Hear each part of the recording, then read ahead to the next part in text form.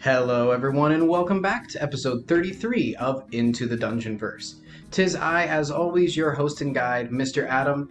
I'm thankful that you're here with us today. Remember, this show is brought to you by NewMinds.tv and Masters of the Dungeonverse, a role-playing program from New Minds in Richmond.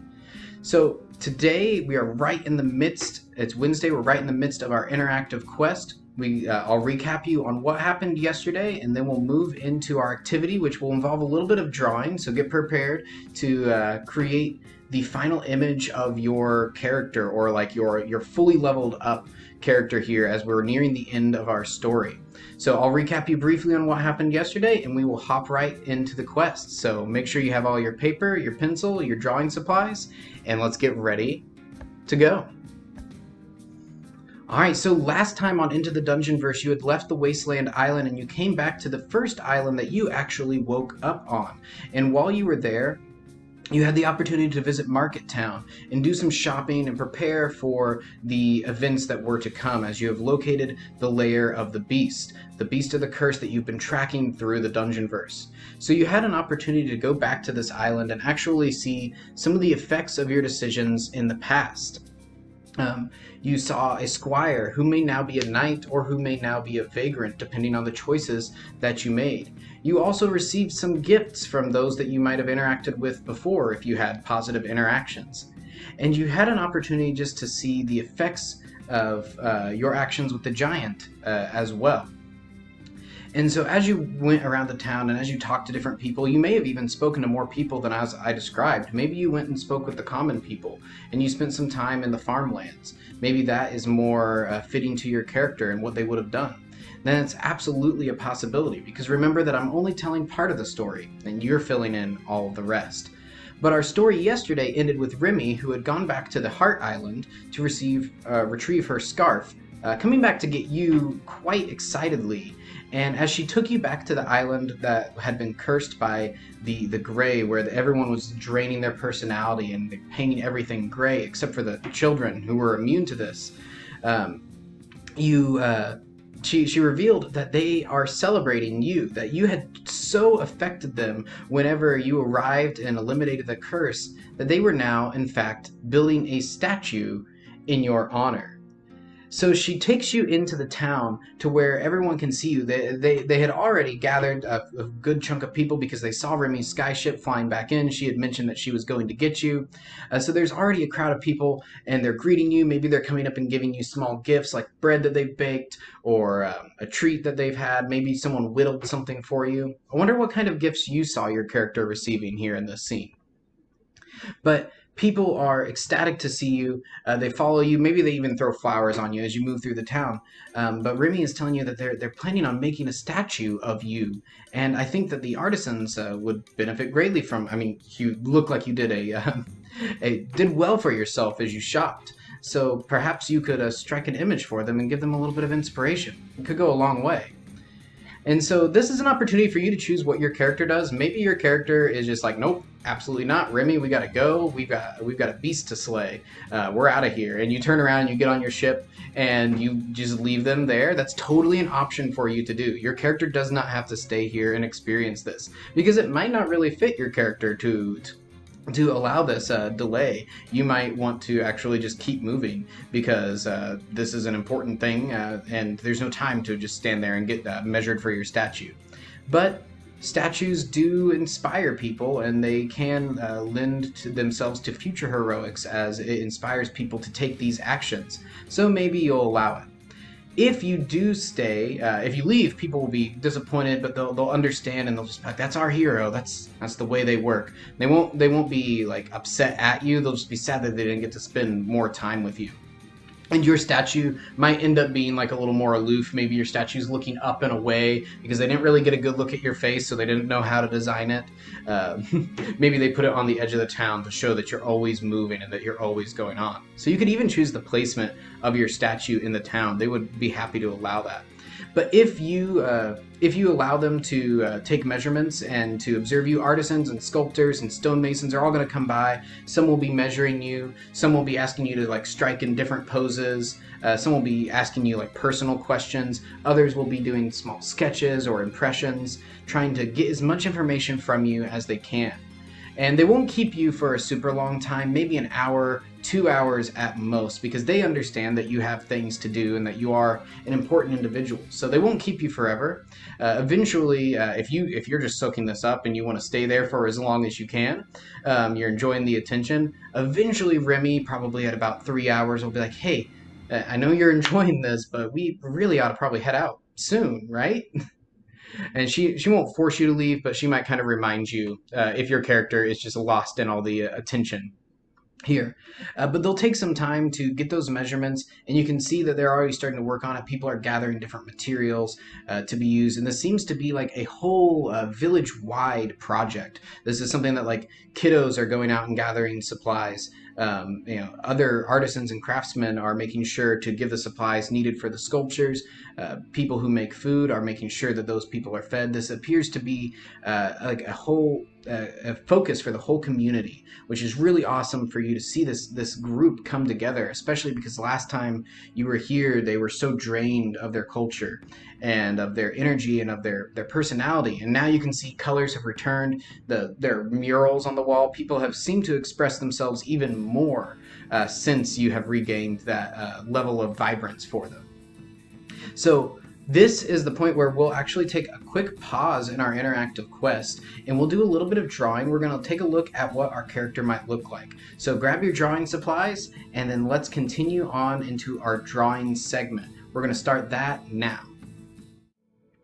All right, so we're going to do a little bit of sketching of our main character and take a look at what they look like now that we are at the end of our quest.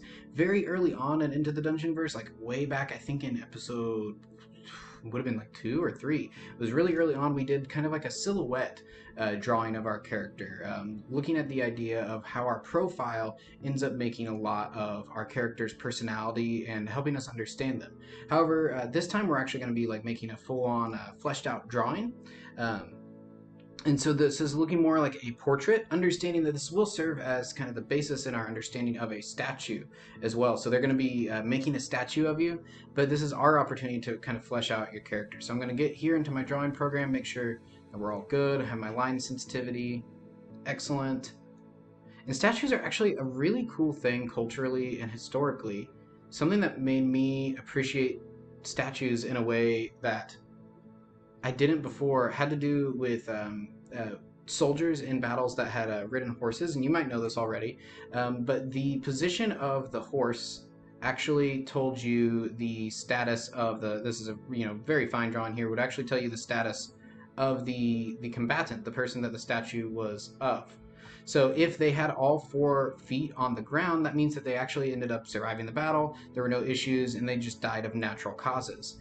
If you see a statue in which the individual they've got 3 legs on the ground, and then the one leg is kind of heroically up like this.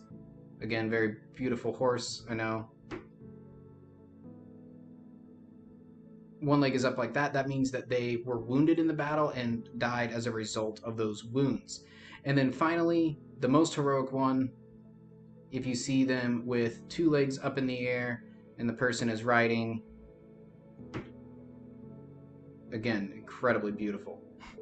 So these different statues actually had different meanings. 1, they survived without any issues and died of natural causes. 2, they died from wounds in the battle. Or 3, they died in the battle, not like from wounds. Oh man, that's just a special looking horse. So now I'm going to erase those and pretend that they never existed. But I just thought that was a really cool little fact about statues. And since we're making one in our game, I thought it would be relevant to share. Made me more interested in history in a way, because it just was a context that I hadn't had before. All right, so making our character. We want to try to incorporate all of the things that we've had from our quest. So I'm going to be, obviously I don't know what your characters are. I don't know what any of your characters are, but I'm going to make a character that I probably would have played going through if I was playing this interactive quest along with you. But of course, as you're making it, you're going to want to incorporate things from your character and things that are specific to you. So I'm going to start, I do use a little bit of a comic booky style to draw. Someone that I learned from in high school, they showed me the very basis of like making a person. So they say people start the body with like as a bean. The bean is going to be both your torso, down to the waist and hips. So I'm just starting there, and you're going to see I'm going to kind of sculpt it out a little bit. I'm going to start really blocky, and then I'm going to pull it in a little bit thinner and a little bit thinner until I get the lines that I want. I might even make a new layer, and this won't be necessarily a final product by the end. This is just a sketch, and I make a lot of lines whenever I draw. You're going to see me get very sketchy. Part of the reason is it helps me find the lines that I want to use. The other part is honestly I like doing it. I just like making these sketchy lines. My wife will get on me, Miss Kaylee will get on me sometimes. She say, "You have all these good lines, but then you make too many and you cover them up. So maybe put a little less in there." So I try to when I'm making my final product, but a lot of times I end up putting a lot in there because just that's the way I enjoy it. I enjoy doing it that way. I find it to be therapeutic. So remembering that our art is for us, and if we're not making it to sell it, I mean, make it the way you enjoy it. Okay, so I'm starting with the base outline of the body.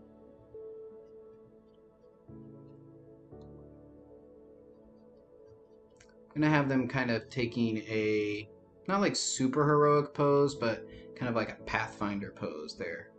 Maybe standing on a rock a little bit because it looks like I have their knee up a little bit here.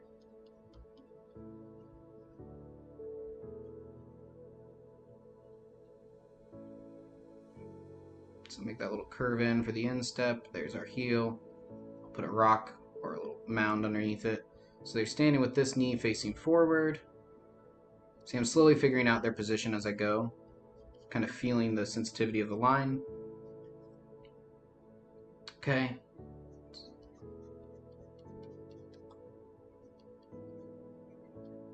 All right. I think, yeah, I'm liking that body position. I'm liking the leg position here. We got a strong line here, coming out here. I think we're going to be holding something in this arm. Possibly a weapon of some kind. I'm trying to think what weapon I would have from the quest. Don't really like that, the way that came out. Holding it out a little bit far from his body, kind of unnatural position. So I'm going to go back and I'm going to try to make a little bit more organic posing here. Sometimes it helps to just like actually hold your own arm out, or like imagine yourself standing in that position. So I'm gonna, I think I might like, let's see. Yeah, I think I'd be holding it a little bit lower.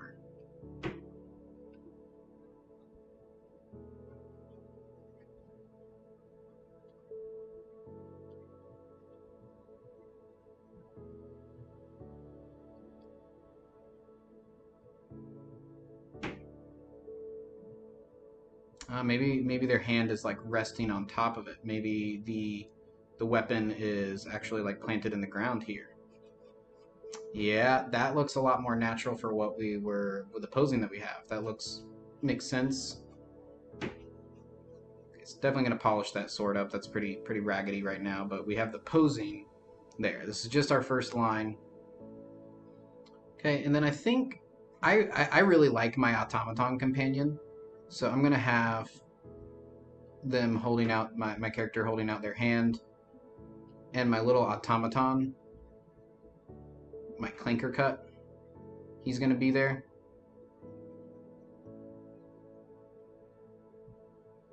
Because he's like flying over my hand like he's resting there.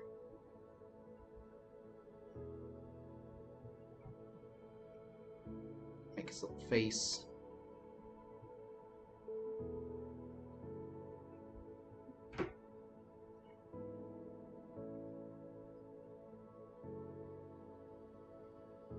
Make his little buzzsaw there. That really just looks like a flower, but again, we'll polish it up a little bit. And I think I gave him like a little pincher. So we'll give him a little pincher too. We'll come in and we'll polish that up in a minute. Arm looks a little bit off, so we're going to work on that posing just a little bit. Put the arm right here instead. I'm going to come in, I'm going to erase that first draft, make it a little more clear what we're looking at.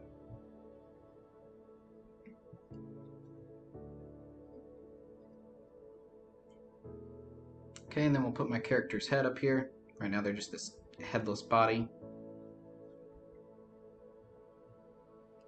Make sure my neck is visible. And I usually start with an outline of my head.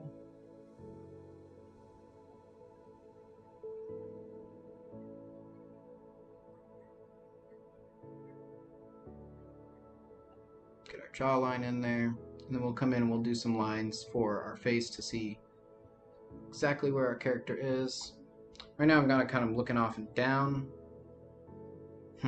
Maybe my character's kind of brooding, so maybe they're like, I have my pet and I have my sword here, but they're looking off into the distance, kind of broodingly, gloomily. That tends to be, I play a lot of characters like that. A little dramatic sometimes. Okay, so I think that's a good first start. I want to add a couple of things and then we'll go in and we'll do another like layer. I do want to incorporate some of the like weapons and gear that I might have received. So I was kind of thinking that it would be cool if I took Heracles' club and I like combined my sword that I started with it, so it's a club and a sword. So I think I might try to add that in down here. I might try to make a club sword, or maybe I'll just leave the club hanging across his back. I think there should probably be a blaster pistol because I'm not going to go through Star Wars and not come out with a blaster pistol. So I'll put that right there. On my character's hip. And I think maybe some shoulder pads would be good. We'll put the neckline for my clothing there. And then from the shoulder pads, of course, it's not a fantasy character for me, if we don't have a cape. So I'll make my cape come in. It's a really big cape. We'll have it swirling out here. Then we'll have it come and kind of curl in again. Billowing out. Oh yeah, you can see the updraft of the wind picking up my character's cape here. They might have even paid someone to like do it just so that way they looked really good whenever they pose for their statue. So there we go. There's my posing. They're standing there. They're looking kind of brooding. Oh man, I'm really liking the cape. I feel like added a lot to the character. So I'm happy that I threw that in there. I'm glad that I gave it that little extra bit of flair. Throw in a couple more little bits of texture here. And I think we're ready for a second draft on that. So let me check and make sure. Yeah. I think that's a good start to my character. So next steps that I would do is I would come in out here, really flesh out the face, really come in here and add to the sword the detail there. So I'm going to take some time to do that, but I'm not going to make you sit and watch all of that. So I'm going to speed it up a little bit for you.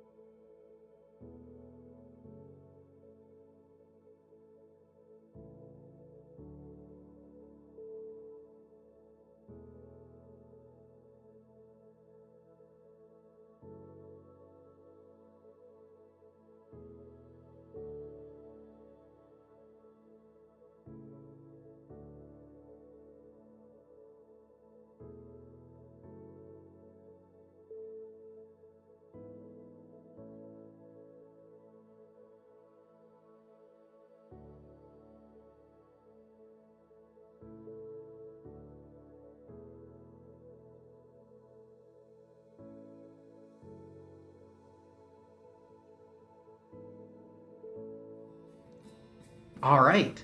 So we had just completed drawing our statue and getting an idea of what our main character really looks like here as we're nearing the final stages of our quest. Let's continue on as you finally leave the village, or maybe this is actually immediately after you arrived and you told Remy that you had to go. So it totally is determined by your character's actions and what you would do here. But you remember that you needed to return to the wise woman so she could give you some information before you left for the final part of your quest. She said that she was going to look through some tomes and gather some knowledge for you. She seemed somewhat urgent and insistent that you return, so Remy makes sure that you get back there. When you arrive, you come back to that same gate that you have before, you knock, and the door will open. You're going to see the wise woman standing there. She has a tome in her hand, and she says, "Oh, good to see you. I'm glad that you came back before you left. Please come in and have some tea before you depart." Remy is going to start to get off the ship as well, assuming that the invitation extended to her, but you're going to see the wise woman say, "Oh, Remy, my dear, actually, I was hoping if you know where your father's belongings are on the ship, correct? Of course you do. If you could go through, there was a map. It would have been dated 1492. Yes. If you can find that one and bring it back, I do need that for another project. Something unrelated, but would you be a dear and fetch that for me?" "Thank you." She smiles, and then her smile fades as soon as Remy leaves. "We only have a moment, but I wanted to speak to you alone, without Remy here. This may affect her in some way, and I want you to be clear on everything that is to come in this final battle. Please, come, have a seat." And she will gesture for you to sit. Tea is already waiting for you. If you had tea with her before, your tea is already made to the exact specificity that you had last time. So depending on how much sugar or cream or how cool or hot you want it to be, she remembers exactly the way you took your tea last time, and it is prepared for you as such. "So I went through the tomes, and I gathered an understanding of the sleepers. Remember the people that you are. And it helped me understand a little bit about my old friend. The beast is not one that can be slain in an effort of a group. It is wholly and entirely up to you to finish this task. I, for a long time, have held much resentment and anger toward my friend, because I thought that they abandoned me at the end of our quest, and that they did not trust me to assist them with this final stage when they slew the beast. And now I realize that it was for my very own safety and for the success of the quest itself that they did as they did. I thought that they had abandoned me, but they had truly saved us all. The reason I tell you this outside of Remy is this might be hard for her to take. She might not handle that idea well, but you will have to finish this alone. Your allies can help you. Your allies can assist you, and they will be an assistance. That may be key to you getting to where you need to be, but the final step is one that must be taken by you and you alone." She puts a hand on your shoulder, her face just kind of oozing sympathy and compassion, as she says, "I am so sorry that it comes to you to bear such burdens. But know that I have been inspired not only by the strength of my friend, but the strength that you have shown in this time. And I think that I am not the only one. There are many who have changed based off of your actions. Remember this, and know that we are ever grateful for what you have done." And she inclines her head deeply towards you. You notice that as she said that there are those who have been changed, Remy is on her way back carrying a couple of maps. "I think I found them." And you're going to notice that her disposition is quite different from when you first started interacting with her. She was very aloof and distant and kind of angry and sulky when you first met. And now she smiles more often than not. The wise woman will say thank you for everything, smiling and giving her a glance. You know that they care about each other as family, and you have made her family happier, and she appreciates that deeply. And with that, you can set away from the wise woman's place. She says, "This is all that I have for you. Don't worry, Remy. They'll fill you in when it's time. So, good luck. I hope that everything goes well. Be safe, and return in one piece, please, Remy. Of course. I gotta get the ship back. I've got plenty of improvements I want to make. That Daedalus fellow really got me thinking about how to make things. I think that there's a lot more we can do with it. And so now it is time for you to set off. You sail by Remy's home once more, which remember is right outside that gate. And then you set course to where you know the beast was last seen, the trail that Remy said that she picked up from some of her contacts. You go soaring through the dungeonverse. Remember this open sky, this strange void with islands floating suspended in space, just like what you see in this picture here.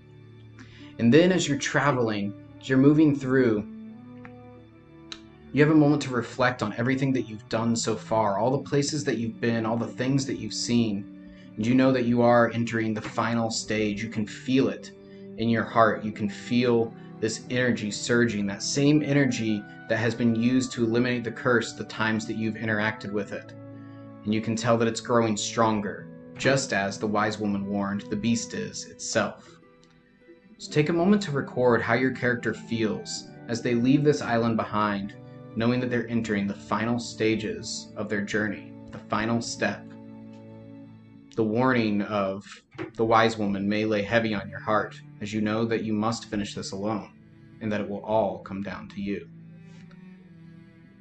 After traveling for some time in the dungeonverse, floating past islands, soaring past shattered rocks, you will eventually see a swirling red vortex. It snakes through the dungeonverse in a long tunnel, leaving this kind of wake of destruction behind it. You can see that there are rocks being pulled into it, almost as if it has a gravitational pull, and islands are shifting nearby it.